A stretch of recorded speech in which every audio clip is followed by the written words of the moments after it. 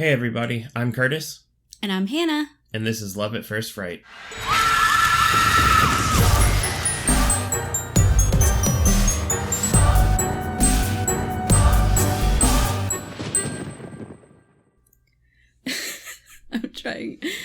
I was trying to hold it in, but there was a little bit of a pause between you introducing yourself, and it was because my brain wanted me to say, and I'm Curtis.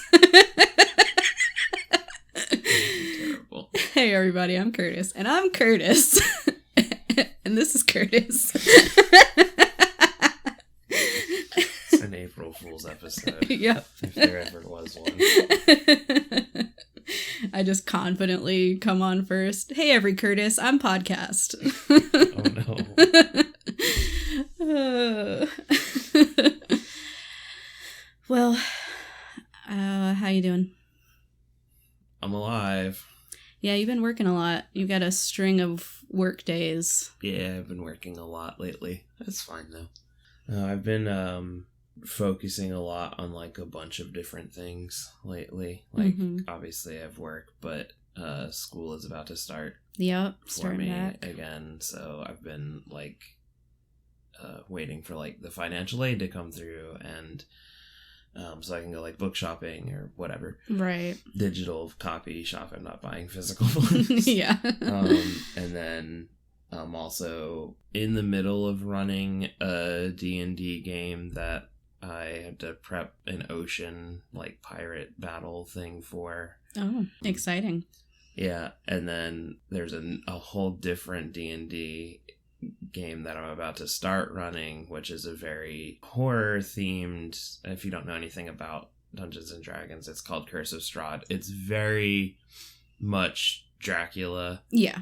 If you've seen, what was it? I don't remember what year it was, but it was the whatever year Van Helsing with Hugh Jackman. Oh, it's like 2001 or something. Something like that. Yeah. It's very much that. Yeah. It's, it's gothic horror. You go into these different towns, and Dracula, or Strahd in this one, is coming after the people, and he's trying to seduce an NPC.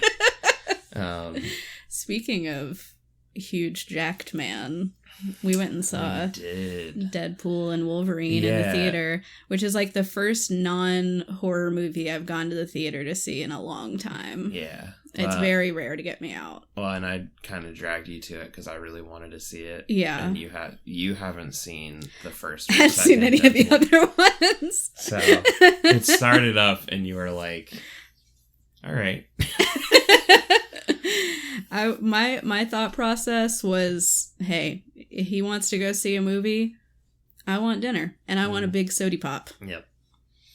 But I still stand, like, I think you would maybe get a little bit more out of it if you've seen the other two. But, like, most of the characters that they show in the beginning, they're from the other movies, but then, like, they literally, like, don't matter at all. Right. They just serve as motivation for Deadpool to go out and do what he does. But, like... While I don't know everything, I can also put together context clues that, like, oh, these are the people he cares about. This is his ragtag found family, you know. So. And that's really the only important part. Everything else is just jokes. It was mostly jokes at the expense of, like, the MCU, Marvel Cinematic Universe, for people who don't know. If you don't know. Yeah. And there was a lot of jokes at the expense of Fox, because Disney bought Fox. Right. And this was like the first Deadpool movie under Disney, and there was there was like a whole string of jokes about how they're not allowed to have any cocaine usage on screen.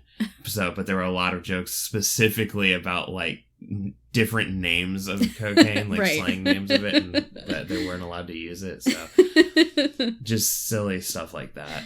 It was really fun. It was a fun movie. I'm really not huge into superhero movies in general. A couple years back, we watched like all of the things in the Marvel Universe up to that point. Yeah, we watched them in what would be, I think, timeline, like chronological order of events happening, not release order. And at the time, this was post Endgame. Yeah. So I think it was so we could watch the Spider-Man movies. Yeah, I think he wanted to watch the Spider-Man movies, and of course the natural thing for us to do was watch every other movie. Yeah, watch the 22 preceding movies. Well, because there's just so much, like... There's so much context. Because, like, they would show, like, Tony Stark, and you'd be like, why is he not here? I know he's Iron Man, why is he not here? Right. Everyone's sad, like, he died, and be like, oh, yeah, because he was, like, the most... Yeah. noble sacrifice in the entire... Yeah. You know, franchise. I think that's kind of what, like, turns me off of Marvel movies, and why I have, again, fallen off the wagon of not watching them, is that I don't like to have to, like, you know, prepare for the SAT in order to watch a movie. Well, I know this is, like, an exceedingly cold take, but, like, the current phase of Marvel, which I think is phase 4, has been, like, not well liked. Yeah. The movie specifically, like but also Disney did this thing where they were like, we're also going to release TV shows for like every one of the characters. That's when I really was like, I'm out. And then it's not like you can kind of just skip them. I mean, you kind of can, but like also not really, because like characters come back up, and these are also like introductions to these new characters, like She-Hulk and Kate Bishop, who was supposed to be like replacing Hawkeye, I guess, at some point. Mm-hmm. We haven't heard anything else about that. I have no idea. Loki who any got of these people 2 seasons of a TV show. I know who he is. There was WandaVision and Loki, at least the first season, were pretty good. Everything else, WandaVision. Everything else was kind of bleh. I watched, it was Falcon and the Winter Soldier, which was their TV. Is that a movie or a TV show? It's a TV show. Mm-hmm. And it was supposed to be, remember Anthony Mackie's character from... He plays the Falcon. He's got a guy with the wings. I know whatever. Who that he was is. Kind of like Captain America's sidekick, the whole on your left thing. Yeah. Yeah. He's now the mantle of Captain America. We actually saw a preview for it when we went to see Deadpool. And that's Deadpool, not Deadpool, but Captain America, New World Order or something. I don't know, whatever. It's all future-y. Yeah, and like he's going to protect the president or something. It kind of looks like any generic... like the President's in Danger movie. It looked like that show 24, but a Marvel movie. Yeah. I do know Harrison Ford's in that one, obviously. Mm-hmm. And he's playing Red Hulk, which if you don't know anything about Hulk means nothing to you. But anyway. No regular Hulk's green. Yeah. And then this one's red. Yep. So, but anyway, I'm not going to pretend I really know the differences. I know Red Hulk, I think, ends up being kind of a bad guy. I think. I mean, red is kind of... I feel like that's like Doctor Strange's primary like color. Yeah, and and it's Benedict Cumberbatch. Yeah, he's a real life villain. But Doctor Strange isn't. So anyway, but yeah, no, I watched that show, The Falcon and the Winter Soldier, and it was just so boring. Aww. Because it was just like a weird like you said, it was like 24, but we have superheroes in it now. Yeah. Because it was supposed to deal with like the end of Endgame when they do the reverse snap. Uh-huh. The reverse snapping. And everyone comes back. Well, like it had been 5 years since Infinity War to Endgame. And then everyone like started to move on. And now like millions of people have come back. And so like, what does that look like? And so we're dealing with all of that. But it's just... I don't know. It was just boring. It had something to do with the super soldier serum again, and like people not taking it. And they introduced this other guy who's like the anti-Captain America, but also kind of close to it. Whatever. It's Captain Communism. No, I'd watch him. I can't remember his name. I think he's like government agent is literally like his name. Government agent, something like that. I don't know. Yeah, it's not. It's not particularly good. Like Captain America, he's named Captain America, but he's also supposed to be like, he's not just like a government tool. Yeah. Because that was the whole thing with Civil War. Mm-hmm. We're going, this episode's actually just about the history. Buckle up, we're getting deep into this. If you haven't seen the movies, you're going to feel like you've seen them by the end of this episode. I was just thinking, I was like, take everything we've just said in the last like 3.5 minutes, try to explain that to a small child in Victorian England. Yeah, they would die. They would literally be like, witch! Yeah. Yeah. But like I don't know. It's just, the Phase 4 has not been particularly well received. I think Guardians of the Galaxy 3 was pretty well liked. Deadpool and Wolverine, or Deadpool 3, seems to be really well liked. Yeah. And I know they've pretty much scrapped some other stuff that they were going to do, and now they're going to do other stuff, including bringing Robert Downey Jr. back to play a different character. Doctor Doom. Dr. Doom, yeah. He's going to be it. the next big Avenger villain, as Dr. Doom, which is just really funny that, like, they were like, we fucked this up. Beans, we messed this up real bad. How do we get Robert Downey Jr. back in? He said, give me more of that Disney money. I'll do it. Yep. Anyway. Hey, I don't blame anybody. No, I don't either. I get it. Disney wanted to bankroll my life. I'd say do whatever you want. Yep. Anyway. But yeah, this is surprisingly not a podcast about Marvel movies. It could be. It will never be. Unless you want to do it alone. It would be at least a 20-30 episode podcast. Each episode covers one movie. One movie, yeah. We have to get into the shows too. I guess I could be the audience surrogate, and you explain it to me, and I'm like, but what is that again? You know, the Tesseract is actually.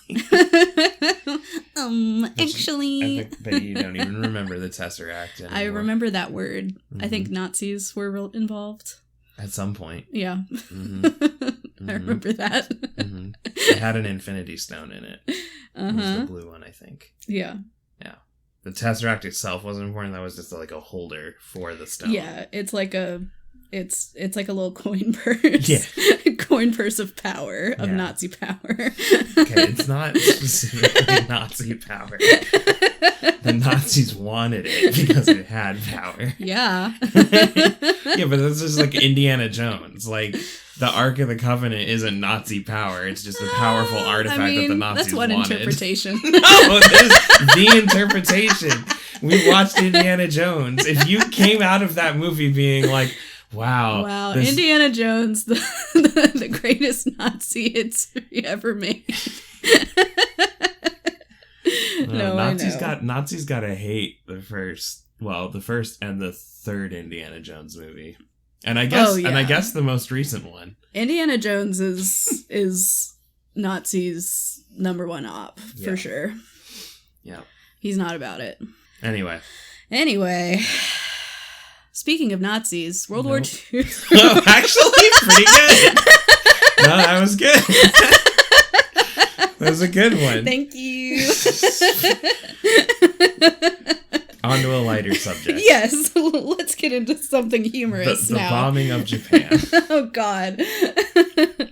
Obviously, today we're talking about Godzilla Minus One. Yeah. Which, that was all because it takes place at the end of World War II and like the couple years after it. So that's what we're talking about if you didn't know. This movie is about the veterans of the Japanese veterans of World War II trying to like go back to a normal life, and then Big Lizard. Yeah, it's very much post-traumatic stress disorder, the major motion picture. Yeah. But it's good. I liked it. Yeah, no, I thought this was a really good one. It was, I don't know, we watched it on Netflix, and you had asked me when we started watching it if it came to US theaters and it was dubbed already. Yeah, it was dubbed, which I thought was strange. Or if that was done for like the Netflix like streaming release of it, and I don't know. I didn't think it was like atrocious or anything like that. Yeah, I would rather just watch something that's subtitled most of the time. Yeah, I think some of the performances get a little like lost. That's kind of the problem in the dub version of it, because they're trying to like match an emotion, whereas like the actor in the scene, if it was just done in the native language that the scene was done in, or the movie was done in, that I think it would actually come across a little bit stronger. But so I don't know, if you saw it in theaters and it was sub, not dub, then that's cool. I don't know, I'd be curious to see it that way.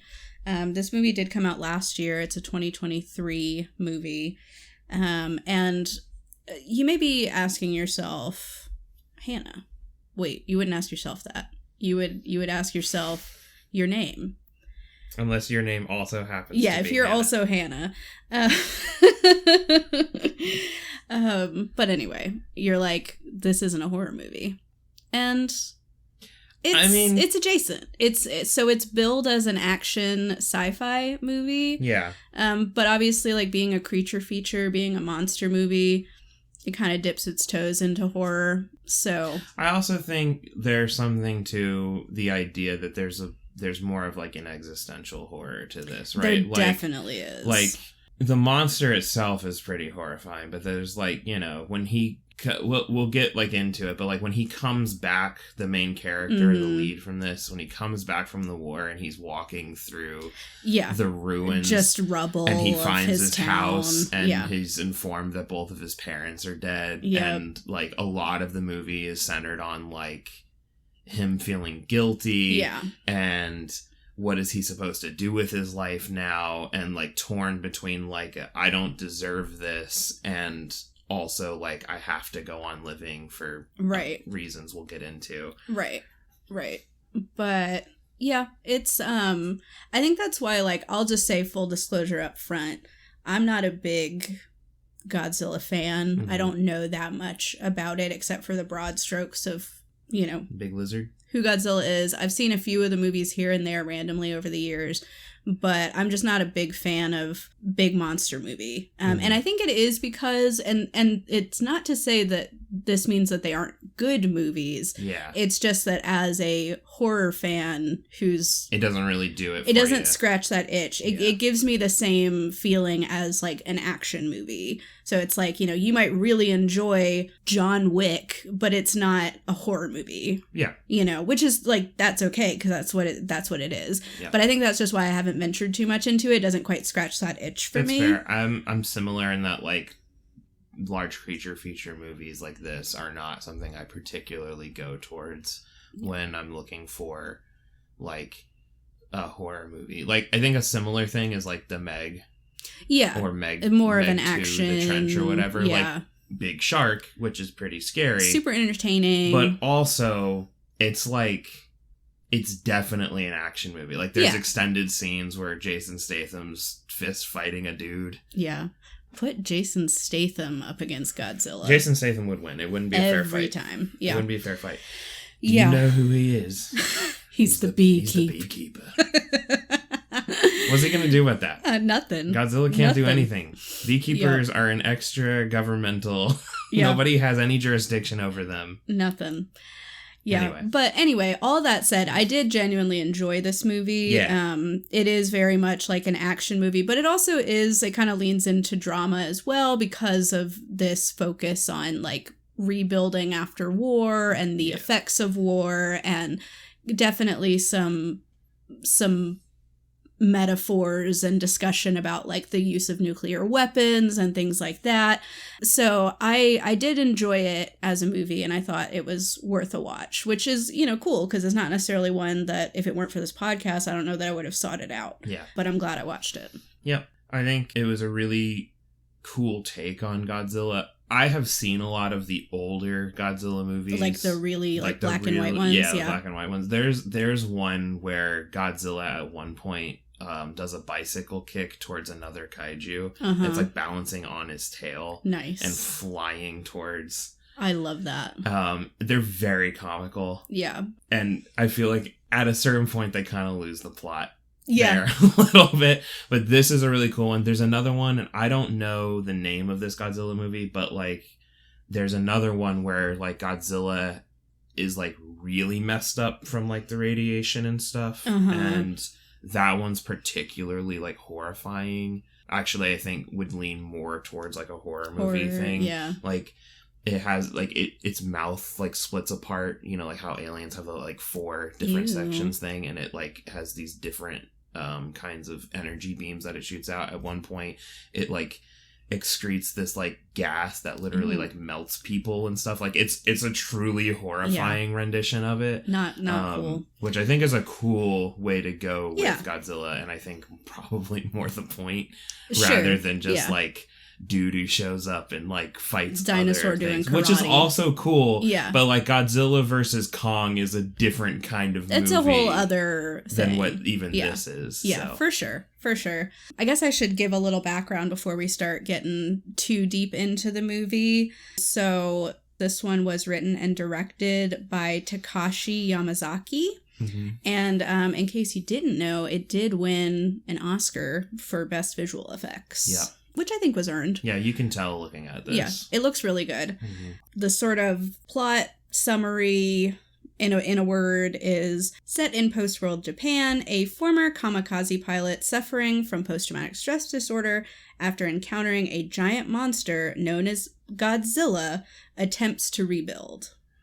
So that's, kind of the thing, like, with this one, we get Godzilla, like, right away, and then Godzilla kind of goes underground, so to speak, for a little while. Yeah. And then comes back. So that's also sort of where this kind of metaphor for post-traumatic stress disorder comes from, is it's like this memory that's been haunting him all that time, and then when Godzilla comes back, he has to, like, truly conquer and face that fear. Mm-hmm. But I do want to go over some of the cast. The main character is played by Ryunosuke Kamiki, and he's playing a character that is named Koichi. Koichi, yeah. That's what they call him. I think he obviously has a longer name, but everyone just calls him Koichi. For the most part. And then we also have Minami Hamabe as Noriko, who is another survivor of the war that kind of builds this relationship with our main character. And they kind of have a found family thing. Mm-hmm. And then we have Munetaka Aoki playing Tachibana, who is an air service mechanic. We also have Hidetaka Yoshioka, sorry, my bad, playing Noda. And then we have Kuranosuke Sasaki playing Yoji, who is the captain of this ship that, like, post-war goes out and helps, like, deactivate mines and things like that. Those are kind of our main characters. Yeah, who we do have Yuki Yamada as well. He's also part of the crew that does the He the kid? Yeah. He's part of the crew. And then, of course, Noriko and Koichi. They have, like, a kid that they're not actually biologically related to, but she's an orphan from the war, and they kind of take her in, and that character is played by Sei Nagatani, and the character's name is Akiko. Yep. Do apologize if I butchered any of those. Great performances all around, I thought. That's kind of why I was a little bit sad that it was the dub. Yeah, well, this is what I mean. Is like there's a lot of times in these foreign films where like they're done in whatever language the country that produces it in, and the acting is good, right? Like you can see the emotion. You can feel it. But there's this kind of disconnect a lot of times between the on-screen acting and then what the dub does for the voice line, where it doesn't sound emotional enough, or it sounds too emotional for like what the scene is. And I'm sure they're watching it at the scene that they're dubbing at the time, but there's only like, I don't know, it feels like there's only so much you can do with that. For sure. Yeah, funnily enough, I feel like the parts that took me out of it the most, because I kind of got used to the dub as it went along, and I was I was immersed in the movie, so I wasn't necessarily worried about it as things went on. But the little girl, Akiko, she also had an English voice actor when she gets a little bit older, and like you can tell it's like a kid or somebody acting like a kid, I don't know. And like they did a good job, like she sounded childlike, but then when that character would cry, they would use the original sound, and there was something like very different about like tonally between the voice that they had for the child and the actual crying. So then it's like kind of this weird thing of like, why does she sound like that? It sounds like a different child is crying. Because it was a different child crying.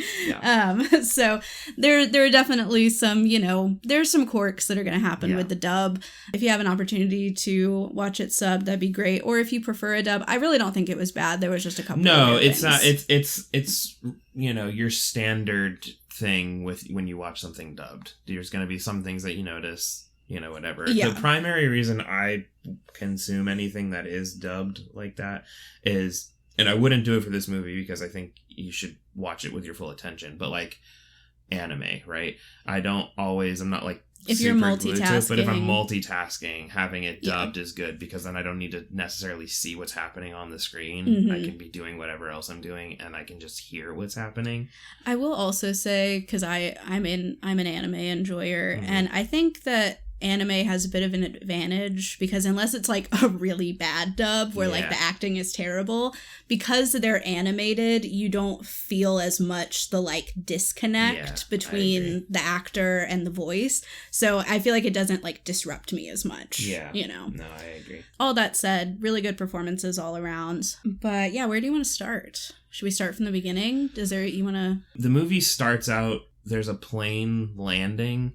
Yeah. And it looks like on like an island or something, and we see like this close up of looks like a bomb that's attached to the plane. And this is where we learn, after the engineers are looking at the plane, and the pilot's now sitting away from it, that like they haven't found anything wrong with it. And then we learn that the pilot was a kamikaze pilot. And internally, I guess he was having this struggle of not wanting to commit to that. And so he pretended that his plane had an issue and landed on this island.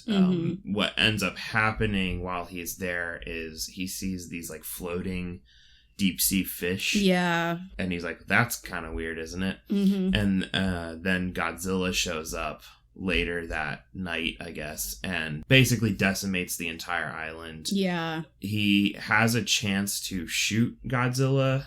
They like get in this trench, and the Tachibana tells him to go to his plane and get on the 20mm guns in there and shoot Godzilla because he thinks that'll kill it. Koichi does get to the plane, but when he gets there, he freezes up and he doesn't shoot him. He's totally scared. And then the other people, the engineers that are in the trench, they start shooting at Godzilla with relatively low, caliber weapons, so it does basically nothing to Godzilla. It just annoys him.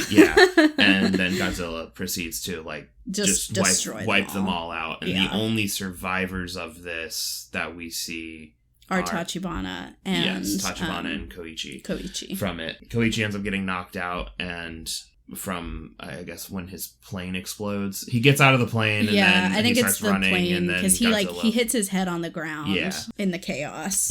Then we see Tachibana and Koichi on a ship being brought back to mainland Japan because the war is concluded, and it's very clear that Tachibana blames Koichi, and he is like intentionally being like, you had an opportunity to do something and you didn't, and now they're all dead. They all had families to go to. They all had things to live for. And one of the interesting things is when Tachibana first talks to Koichi on the island, he brings up the fact that he was a kamikaze pilot, and Koichi doesn't say anything. He kind of just walks off because it was a very shameful thing for him to have not gone through with this. But then Tachibana comes up to him shortly afterward and says, hey, I'm on your side. We all know how this war is going to end, so what's the point in like going out and dying now? But that's not a widely held sentiment by anybody in Japan at the time. And so when Koichi gets home, we briefly mentioned it before, but he's kind of walking through the remains of his town from one of the bombings, and his town is decimated. It's rubble, and he shows up at his house and he realizes that his house is completely destroyed. And there's another character who ends up being like the aunt character of this. She sees that he's alive and says, I thought you were dead. Weren't you a kamikaze pilot? And then she's furious at him, saying that if you had done what you were supposed to do, that none of this would have happened here. Right, because she lost all her family and everyone she had she like 3 knows, kids and they all died in the bombing. And of course, like one pilot isn't making or breaking the difference. And I do think that's part of kind of the tension, and why you can feel like you can totally understand where Koichi is coming from, but also understand like the social ramifications of that, because this is very clearly in the final days of the war. And so it's kind of this thing of like, is it worth it at this point if we've already lost? Like, I'm basically just killing myself so that I don't go home in shame. Yeah. You know, and it's like, yeah, okay, or maybe live and do something useful. You know? While they were on the ship heading back to the mainland, Tachibana gives Koichi this like envelope that has a bunch of photographs from all of the servicemen who were killed from Godzilla. And this is kind of this object that Koichi ends up, he holds on to it, but he like holds on to it kind of in shame. Yes.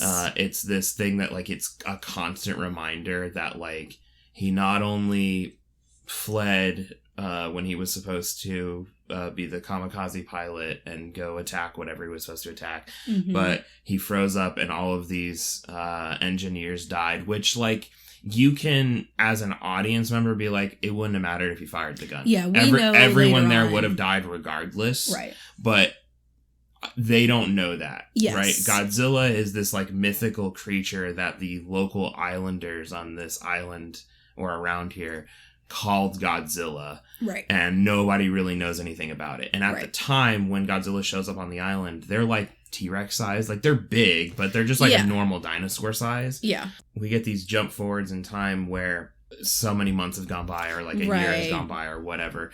In the meantime, this is when he meets Noriko and Akiko. He ends up taking them in. He doesn't really want to at first, but he's also like not a shitty person, so yeah, they kind of let themselves in. Yeah. She's being chased by like people, and she hands him this baby, and he's like, and he was going to leave the baby just in the town square, but then he was like, I can't do that. So he takes the baby, and then Noriko shows back up. He has them come back to his house so that they can like eat something. Right. He's like, after you're done eating, can you leave? And then they just like pass out there, and he's like, well, I guess. Yeah, and he just kind of accepts it, basically. But this is kind of when he starts like building a life with them, and while they're not in a romantic relationship, like he is caring for them. He ends up getting a job on this little boat made of wood to go basically mine sweeping. Right.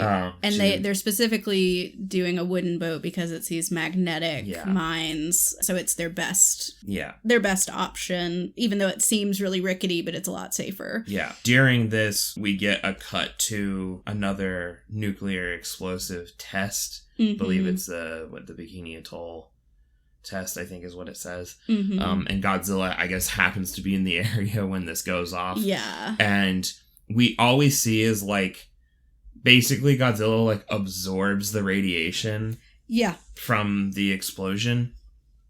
And then the next time Godzilla shows up, they're like massive, like unbelievably large. Big booty freak. Yeah. Body yaddy yaddy. And starts, destroying, ships and stuff. Literally taking down like massive like cruisers freighters and stuff. Now, part of they do try to address the idea that like, well, why doesn't the US just show up with a whole bunch of like gunships? And the idea is that the U.S. can't really do anything because there's these tensions between the U.S. and the Soviets, and so they're not going to help. Nobody's really going to help, and so Japan has to do all this on their own. But like all of the planes have been decommissioned, right? I mean, all of the battleships that were still there are now like have been de-armed. The cities that were bombed are still in ruins. Like they're not built up by any means. And so like people are struggling to like just find jobs and food and all of this stuff. But anyway, so Godzilla shows back up, and they are much bigger. And now they have like an energy blast. The heat blast is what they call it. Yeah. And they end up like just destroying. It's like this weird thing. It kind of made me laugh the first time that it happened, but like the spikes on its back like pop up. Yeah. And you can like see the blue energy, and then it like once it gets to the head, it's all charged up, and then it's like and it yeah, it basically shoots like a nuke out of its mouth in beam form, and it's just absolutely decimating these like ships, these battleships that are coming from other nations that are around Japan, and it's like, literally like nothing to him. Yeah, like, and it's absolutely nothing. It ends up getting onto the mainland because it's pissed off. Yeah. I guess about, and maybe a territorial thing. It's kind of hard to know like Godzilla's like actual motivations, right. whether it's doing this because it's angry or if it's a territorial thing. We know basically as much as the scientists know, and honestly, every iteration of Godzilla, it's different. A little bit different. There's ones where like Godzilla, while not necessarily like a good guy, they definitely use Godzilla as like this helpful creature to fight like other kaiju that show up that are way worse than Godzilla. The movie it looks really, really good. Yeah. Godzilla themselves, while obviously is a CGI monster, it doesn't look like poorly done CGI. No. I do have to say, I think it's just kind of a me thing, because I thought it was, like, technically well done, but I didn't care for the creature design. Like, I felt like especially, like, what was Godzilla doing with all that ass, first of all? Like, it was like a Kardashian with, like, itty-bitty waist and then big old legs, and it looked like he had this, like, cod piece over his crotch. Again, I think this is a personal take. I think most people will disagree with me, but I thought he just kind of looked a little silly. I think it's the swelling from the nuclear energy. That's went right to the crotch. Well, because like the first Godzilla shows up doesn't really look like that. They walk more hunched over like a T-Rex does, but this one's more upright. Upright, yeah. Which is interesting. I don't know if it's like if it's just the nuclear radiation, if it's like some adaptation to like swimming more, because like if you look at like sharks, right, they look very streamlined, especially if you look at them from the side, but if you look at them from like above or below, especially great whites, the tail is like real fat back there up to where the actual fin, like where it connects to it, because of how they go about attacking things. They breach from below, and so there has to be a lot of muscle back there, and so it is this very like caked up shark energy kind of back there. Godzilla was dummy thick in this movie. Yeah. And I don't think there's anything wrong with it. Yeah. That's also, I think, generally how Godzilla's portrayed. There's the one this is the one I had on VHS. My mom certainly will remember this. Yeah. But I think it had Matthew Broderick in it. But it had to do with New York. And Godzilla was not dummy thick? No, Godzilla was more like how Godzilla is in the beginning of this one. Well, he was in New York. He was trying He also is like more square-headed kind of a thing. He was just like a big T-Rex on steroids, but he definitely, or she, I should say, because this one was definitely female. Like, they walked like a big T-Rex, and then part of the crux of this is we're doing a different movie review now, in the like a little capsule movie in here, that Godzilla has laid eggs in the subway. So there's like this whole so they go down in there, and there's just like a bunch of eggs. There's a whole sequence where they get chased by a bunch of little mini Godzillas that are like velociraptors kind of or whatever. Geez. It's a wild movie. It's not particularly great. I remember the VHS cover though, because it was just a big like close up of Godzilla's eyeball, and he's eating a hot dog. Yeah, a New York slice. Yeah. Godzilla's like, hey, I'm walking I'm laying eggsy. I'm shooting laser beams out my mouth over here. I don't remember if that one had laser beams. Probably not. I don't think it did. But it was more agile, was the thing. Yeah. It was like climbing up buildings and stuff. Yeah, it didn't have the... Yeah. Didn't need it. Those ass cheeks. Yeah. No, it was not caked up. Yeah. Very specifically not caked up. This one was like D&D terms. This one was a dex build. Very lithe. Yeah. Yeah. Moving around the streets. Yeah. But anyway, I do think the CGI was good. Yeah.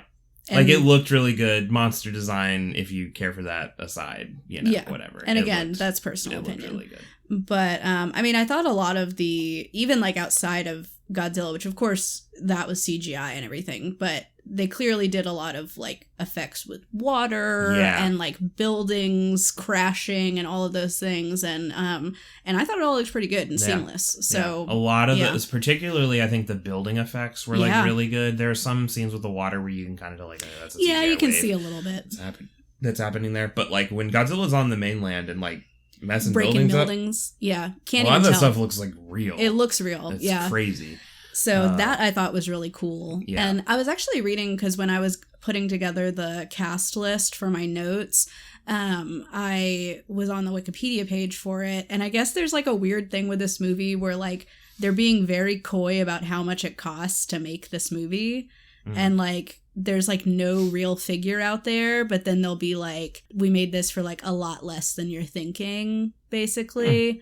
So I don't know. They don't want to say for some reason. I don't know. So Hollywood accounting, I guess. Yeah. But I think what one person like associated with the production said is, we're not saying what this movie was made for, because then people will want to make movies for this much. And it's like, no, I mean that is fair, because then they'll be like, well, they did Oscar-winning best visual effects, Godzilla Minus One for this budget. Right. Tony Stark built this in a goddamn cave. It all comes back around. Yep. Yeah, you guys thought the MCU stuff was just a useless diatribe, but if you skipped it, that was a reference that you didn't get. Yep. That was also, skippers. That's a meta reference to MCU, and also a meme about the MCU. Okay. The reference thing. The reference thing? I understood that reference. Fans will get it. Okay. It's not for you. Yeah. Fake fan. All I can think of is just like, is this Lois? No, that's crazy. No, there's a meme where Captain America says, I understood that. All right, let's take it again. Say the joke. I can't. No, you had to be there. I was like, I can't. Just say it again. Just back it up. If you skipped over that, you missed that reference. No, like in that one thing. No. No. You don't even know what movie it was Topical. from. You don't even know what movie it was from. It was from... You're gonna get it wrong. Go ahead and name one movie. Thor 2. Wrong. Why would Captain America be in Thor 2? Well, who said anything about Captain America? I said Captain America. He's the one who makes the understood that reference thing. I don't know. It's from the first Avengers movie. I just want to talk about serial killers again. We'll get back to it. They're coming. Godzilla's a serial killer in a way. In a way. Yeah. But Godzilla's also just an animal. I gotta say, at the beginning of this movie, when they're on the island and Godzilla first shows up, there is a distinct lack of Godzilla eating people for, like, sustenance. Godzilla is biting people and then yeeting them. 100% they don't care. Just doing a murder. Yeah. Like, it did not appear to be at all related to self-preservation, hunger, anything like that. Godzilla was just like, there's some fucking people up there, and I don't like that. Yeah. Get them out of here. That's what makes me think that when Godzilla does show up to the mainland, it's not a territorial thing. Like no, he's just like there's Noda, a lot of people up there. The scientist guy tries to say that it's a territorial thing. I don't think it's that. I think it's Godzilla's just pissed off at this point. Godzilla just wants to do crime. Yeah. He's doing some population control. And also, I don't think he would eat people, right? Like the whole thing, I think he's just eating fish down there. I don't know. They don't really get into it. I don't know what Godzilla's diet consists of. Fish and people, I guess. Mostly. Fishermen, maybe. Yeah. Mermaids. Fish people. Small bits of boats. Yeah. And buildings, if you gnaw it on that. They've learned how to turn that into sustenance. Their being is like primarily nuclear energy. I'm pretty sure they can put anything in there and be fine. Do they even need to eat at that point?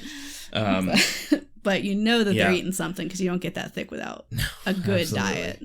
The climax of this movie is the government's not going to help them do anything. They're also like keeping this under wraps because they don't want chaos, which I personally thought was like really silly because it's like, we don't want chaos. They know Godzilla's coming one way or the other, and they're like, we don't want chaos, and I'm like, there's going to be chaos anyway. You're just probably going to have like way more loss of life because you're not moving anyone out of this area. Like if you want to lie about it and be like, oh, we need everyone to evacuate because there's like a tsunami or something, then like sure you can lie. Yeah, you can say governments do that all the time, but like there is some messaging in here about like anti government or like distrusting the government and everything for the way the war was handled. I thought that was actually kind of interesting, especially because you know, of course, me being American, I don't have the same, like, I don't exist in the same cultural context and everything, but I feel like those are oftentimes themes I hear from, like, the veterans in my life, too, of, like, after you've served, like, being very disillusioned by, like, you know, all of that. And, I mean, I think for good reason, but it's definitely that complex relationship of being, like, proud of what you do, but also, like... Yeah, there was a lot of, like, juxtaposition of being, like there's this whole scene when, like, they're gathering the civilians up to go fight Godzilla because the government won't help. But, like, everyone they gather up is, like, former Navy veterans because they're going to need to use ships and all of that. And some of them end up leaving because the captain that's going to head up this whole thing is like, we're not going to force you to stay. Yeah. You already, you know, served and everything like that. And a lot of them are like, we have families. But then everyone else who stays is like, hey, nobody else is going to do this. And there's, like, this... They take this moment when they're all, like, preparing the ships and they're like, look around at all their faces, right? Like, they're all, like, they know what the risk is of doing 100%. This, but they're all, like, here and their faces are beaming because, like, they have pride in what they're doing and they're going to go out and do good. Right. They're going to make a difference. Yeah, they're going to try to make a difference in everything. So it's this weird, like, I hate that we had to do the war, and I'm not happy that we did this war, but also, like, I served my country and, like, I'm proud of that. And I think that's very, very real and very human. And I think having those kind of complex relationships, especially when you are doing something like, I mean, be like a combat veteran, like that's 100% you're being pulled in a million different directions. Some of which is just based, like, I want to survive, you know? So it's complex. I thought they did a good job of reflecting that and kind of the nuances of that. And, like, I also thought it was interesting, too, because, you know, of course, the whole backdrop of this, our main character being this kamikaze pilot who didn't end up... you know, because he tried to evade everything. Initially, that's, like, a very, like, controversial. And when people hear that, there's always kind of this, like, oh. But then it's, like, as it goes on, like, people come to understand, you know, like, he had other things. One of the last times it gets mentioned, there's, like, not even really a reaction to the fact that he was a kamikaze pilot. Yeah, I think at that point, everybody's just like, yep, we all had to do what we had to do. And, you know... what can you say? Koichi does have a really nice character arc through the whole thing because obviously he has this whole, he freezes up, he doesn't want to do what he's been, you know, consigned to do, and it's haunting him. But then towards the end of this movie, he realizes, like, he was a pilot, so he knows how to fly a plane. Yeah. And so he does what he can to get a plane up and running, and unbeknownst to the people who are putting this operation together, he has the mechanic that was Tachibana that survived the island with him. He gets him back kind of through this whole thing of, like, I'm willing to do what I need to do this time. Like, if it means that I've got to do that, then I'm going to do it. And so he gets Tachibana to put a couple of bombs inside the plane so people don't see them, with the full intent that he will fly the plane into Godzilla's mouth and detonate the bombs that way, because he believes that, like, if we can get something inside Godzilla, it would actually do it. There are also the scientists and everything. The whole plan is to rapidly sink Godzilla down to, like, 1,500 meters to have the pressure of the ocean crush Godzilla to death. And then if that doesn't work, rapidly lift Godzilla back up with this inflatable to so that Godzilla won't survive the decompression of it. All very scientific. They don't actually know if it's going to work. But it's... Spoiler, it doesn't really work. No, not really. Certainly not, I think, the crushing part. Like, Godzilla passes out down there, but I don't think it's enough to, like, kill Godzilla. Yeah. And they say that Godzilla's, like, fighting back, although when they cut down, it doesn't really look like Godzilla's awake. It seems like Godzilla wakes up part way back up through the rise. Yeah. But then Godzilla breaks the inflatable, and they can't continue lifting. And then we have this big triumphant moment where, like, all of these other ships. A bunch of these like small, fishermen ships and tugboats and stuff. Yeah. They all show up and they hook their lines to the big battleships that were out there, and they start pulling and they lift Godzilla back up out, and Godzilla looks messed up at this point. He does look real jacked like all this like white, like I guess like from where the flesh was like popping off. Well, we've seen a few different times throughout the film that, I mean, because Godzilla can get injured, but then there's just this like rapid regeneration that happens really quickly. So it seems like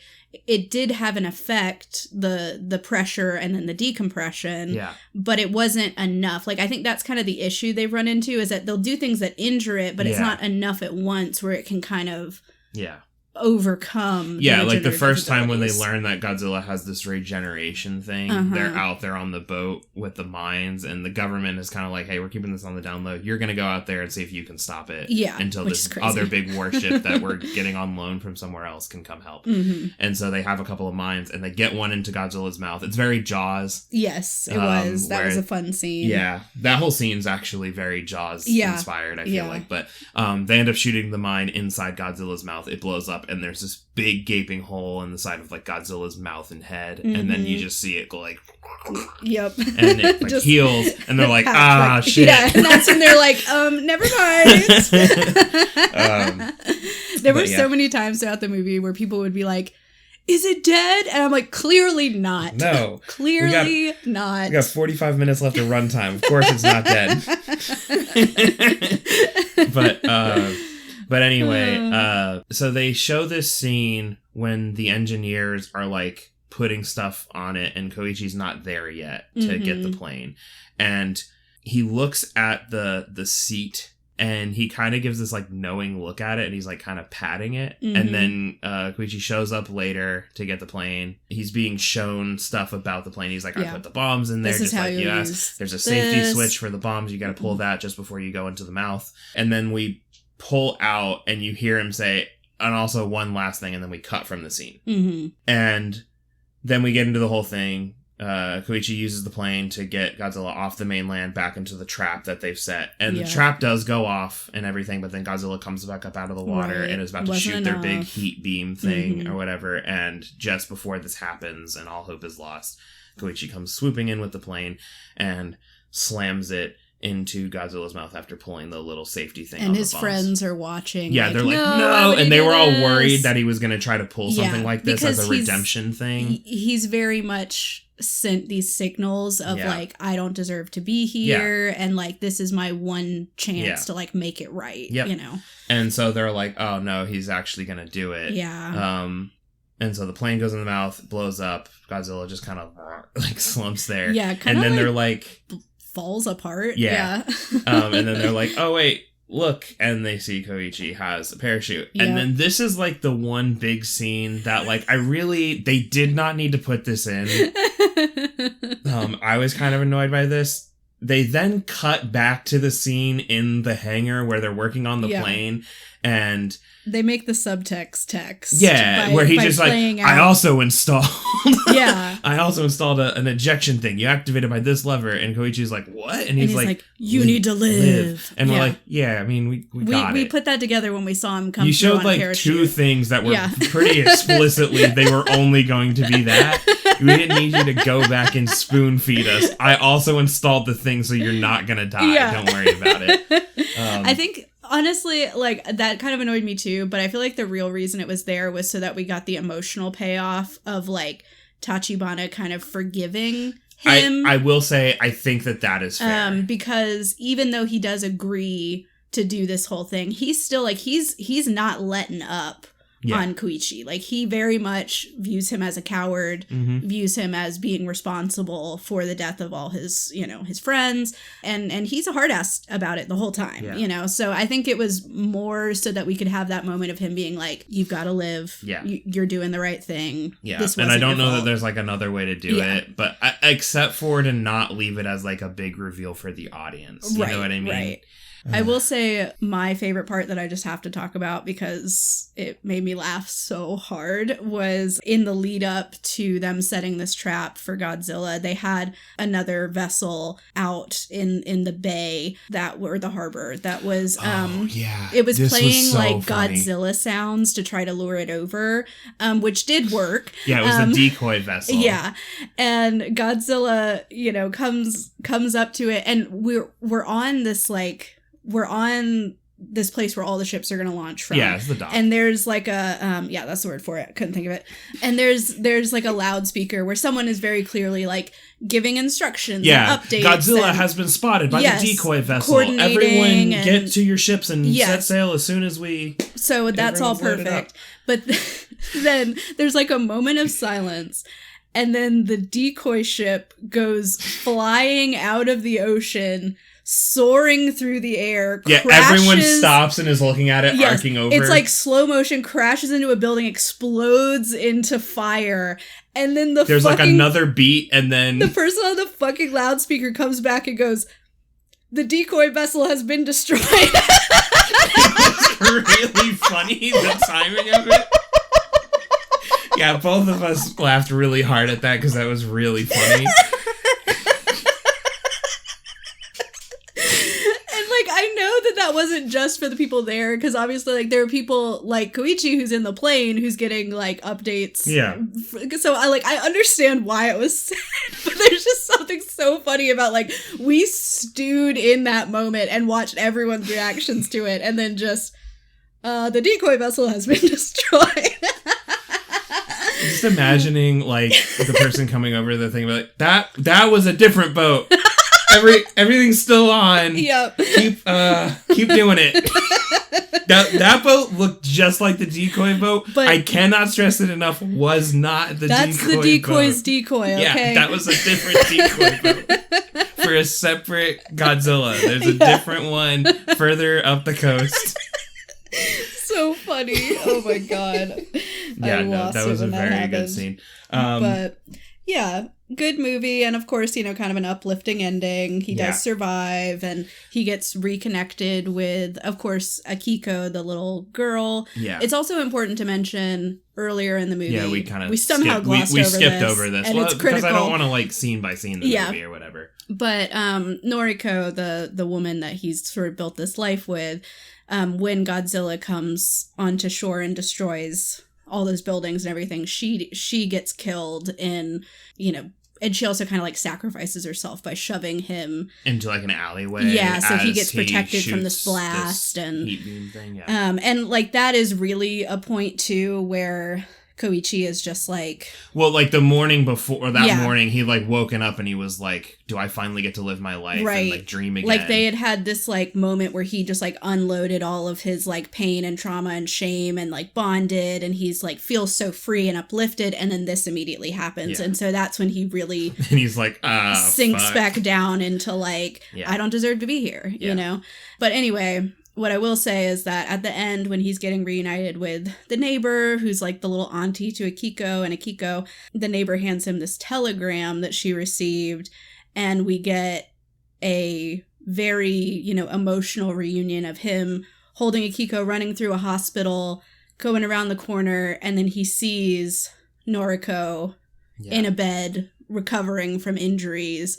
We had thought she was dead all this time. Because, like, when you see her get killed, she literally gets fully blown blasted. Away in, like, the shock stream wave. of rubble. Yeah. Yeah, in a stream of rubble. Like, you're like, ain't nobody survived that. Yeah, she did. So. Which I was kind of like, okay, when that happened. But then... They do like kind of address it because they have, this touch and reunion, they're crying and holding each other. But as it's about to, fade out or whatever, we see on Noriko's neck this sort of strange grayish, purplish, black, veiny thing on her neck. Yeah, it's like appearing as they're touching. And it's very much... the implication is that she somehow got some of like Godzilla's regenerative abilities, which is how she was able to survive this, even though a person shouldn't be able to.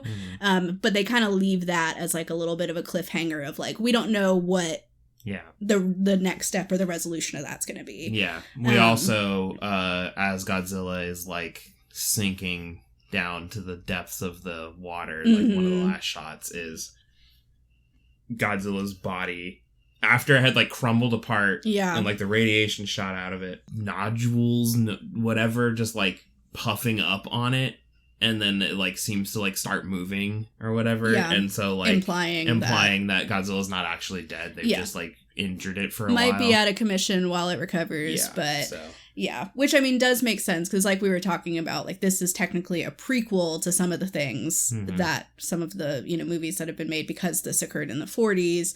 So we know that Godzilla can't truly be dead unless it's like non-canonical, you know. Do you want to go over our ratings? Yeah, we should do that. I will say, I don't think either of us is really going to have like a scariest. I don't really have anything to say about that. Because, again, it's not really a horror movie. There's some, like, existential dread. And if, like, you really don't like big monster, that's kind of scary. I think for both of us, we rated it pretty low in terms of scares. And I did want to address that, too, up top, because I think this is a genuinely good movie. I think, at least, I can only speak for my score, but I think my score sounds lower than what I would give it if I was just talking about it in terms of everything. But with the scorecard we use, we've specifically designed it for horror movies. So scares and that kind of thing are their categories in it. So I think it is a little bit lower because of that, because again, we're comparing it to our horror criteria. Yeah, exactly. With that in mind, because like visuals for me is a 9. It's kind of hard to not rate it that, because it did win an Oscar for it, and you can tell. Again, the performances were good. Visually, they were good. It loses a little bit of something in the dub. And I think the directing and the visuals and the message that they were trying to do is really good. It's also pretty entertaining. All of that to say, I think we actually both landed on 6.7. A 6.7. And it's only that low, again, because we both rated scares really low. I think low. Both rated, you rated it a 2.5 in scares, I rated it a 2. If you set that to a 5 even for just one of us, it immediately brings it up to a 7 combined average. So I think it is a good movie. So just keep that in mind. If that sounds harsh, it's because our criteria was built around horror movies. And it's not always going to fit every single movie. So. But but with all that said, I think it was a genuinely good movie. I enjoyed it, and I'm glad that we watched it. It does make me, you know, maybe a little bit more interested in checking out some of the other Godzilla movies. I think the one that I was talking about earlier with like the really fucked up Godzilla is called Shin Godzilla. Okay. Yeah, that was from 2016. Gotcha. Real jacked up. Real fucked up. Okay. They still kind of have that dummy thick towards the bottom, but that's just Godzilla's design generally. Yeah, I mean, Godzilla honestly is like kind of body goals. Like I'm trying to get that like one, by the way, is listed as horror / sci-fi. Yeah, and I do think it varies. Like so it's different ones over the years have kind of emphasized different parts of it. This one I do think is more strongly an action movie, and honestly kind of a drama with you know all the character development and the relationships and everything. Still really good. I enjoyed it a lot. Yeah, me too. But is that all you have? That is all I've got on this one. We are planning to next time return to the 80s once again. Whoop whoop. We're going to be watching Child's Play, which I don't think I've ever seen all the way through. And I've seen many times. I've seen bits and pieces of it. I'm excited about it. It is one of those, you know, like it's kind a classic. Of essential of the 80s and 90s Chucky's one of those iconic horror villains. Should be a good time. Yeah, I think it'll be really good. So I'm excited to watch that. If you haven't seen it yet, somehow like me, then check it out. Check it out. It's worth a watch. Yep. Yeah, I think that was all I've got. So, if you have any movie suggestions of things you want us to talk about in the future, feel free to hit us up. We're at First Fright Pod on things like Instagram and Twitter or X. We also have a Facebook page, which is our name, Love at First Fright.